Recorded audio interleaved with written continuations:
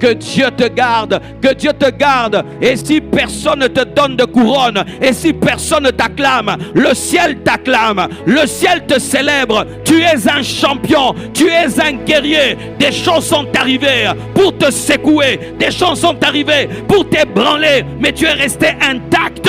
Que Dieu te bénisse et qu'il te garde encore. Et je prie qu'il relève tous ceux qui ont perdu leur premier zèle, que Dieu te restaure, car Dieu ne peut te demander une chose si tu ne peux pas, et s'il ne peut pas t'aider, et Dieu va t'aider à retrouver ton premier amour. Et voici le secret: souviens-toi où tu es tombé, rentre en arrière et cherche le mois, cherche le jour, cherche la semaine où ce premier amour est parti. Lorsque tu perds une chose, qu'est-ce que nous faisons? Nous rentrons en arrière dans la tête, n'est-ce pas? Et nous disons, quel était mon chemin? Je suis entré par là, et puis par là, et ensuite là. Et puis tu suis ton chemin, et puis tu vas voir que tu avais laissé ton téléphone à tel endroit. Regarde quand est-ce que tu avais perdu ton premier amour, et va jusqu'à l'endroit là, et reprends cet amour-là. Deuxièmement, garde la sainteté. Matthieu 24, verset 12, la Bible dit: et parce que l'iniquité se sera accrue, la charité du plus grand nombre se refroidira. Jésus-Christ, parlant de la fin des temps, de la fin des choses, parle de la croissance de l'iniquité. Que ce soit pour la fin des temps, le péché grandira. Que ce soit pour la fin des années, le péché grandit toujours à la fin de l'année. J'aimerais d'abord parler de la fin des temps. Un jour, j'ai rencontré un branhamiste et il m'a dit: pasteur, peux-tu me brosser le tableau de la fin des temps? J'ai été très positif. J'ai parlé de gloire et tout le reste. Il m'a dit: ce n'est pas exact, totalement exact. Lorsque nous lisons la parole de Dieu parlant des temps de la fin, le tableau est gris. Le tableau n'est pas beau. Le tableau nous montre une église apostate. Le tableau nous montre un monde qui est en train de croître dans le mal et dans le péché. Mais tu dis que tout sera beau. Et il n'avait pas tort. Que dit la Bible au sujet des temps de la fin?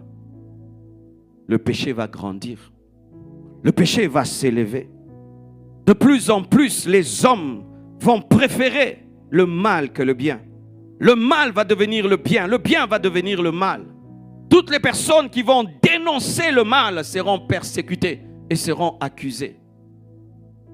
La croissance du péché, la tolérance du mal, la compréhension du péché, la puanteur va devenir un parfum. Regardez votre monde aujourd'hui. Il y a la dictature du péché. La dictature du péché. Les pécheurs ont décidé d'imposer au monde leur loi. Et vous vous y opposez, c'est vous qui allez en prison. C'est comme si les voleurs décident aujourd'hui que le vol devient normal. Et tout policier qui les arrête, c'est lui qui finit en prison. C'est le monde actuel aujourd'hui. Le péché devient normal. Parler de sainteté devient une aberration dans l'église. Prêcher clairement le mal devient une aberration dans l'église. À cause de la faim. La faim amène la pourriture.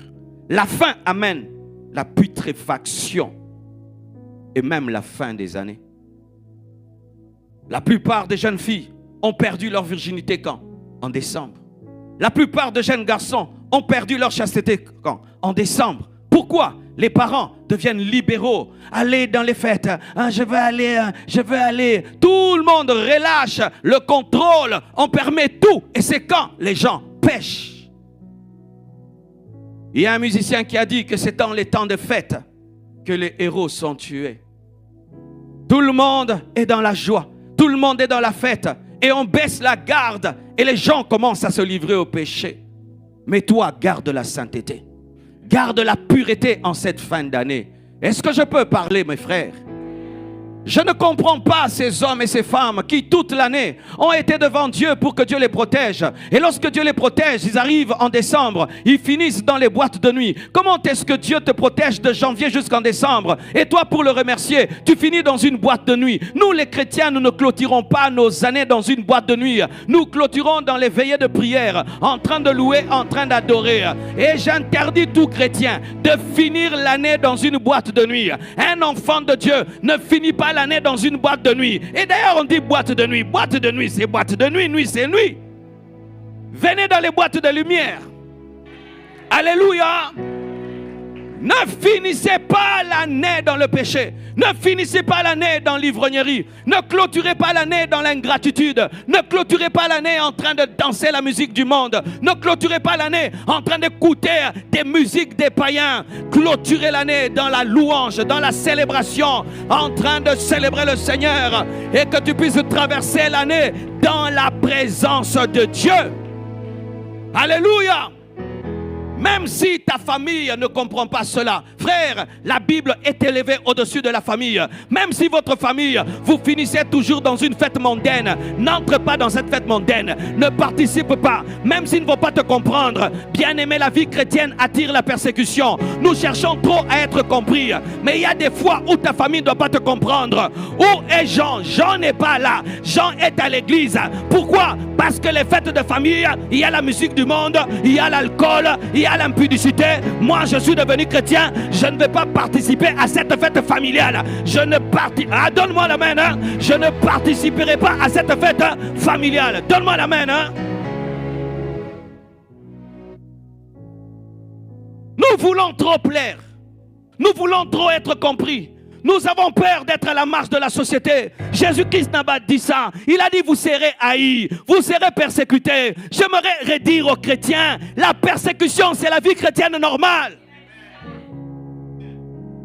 La persécution c'est la vie chrétienne normale. Le chrétien aujourd'hui s'il est persécuté il est étonné. Mais c'est quelle Bible que vous lisez? C'est quelle Bible que vous lisez? Lorsque Paul résume son ministère dans Corinthiens, il dit quoi? Dans la bonne et la mauvaise réputation. Considérés comme morts alors que nous donnons la vie à plusieurs.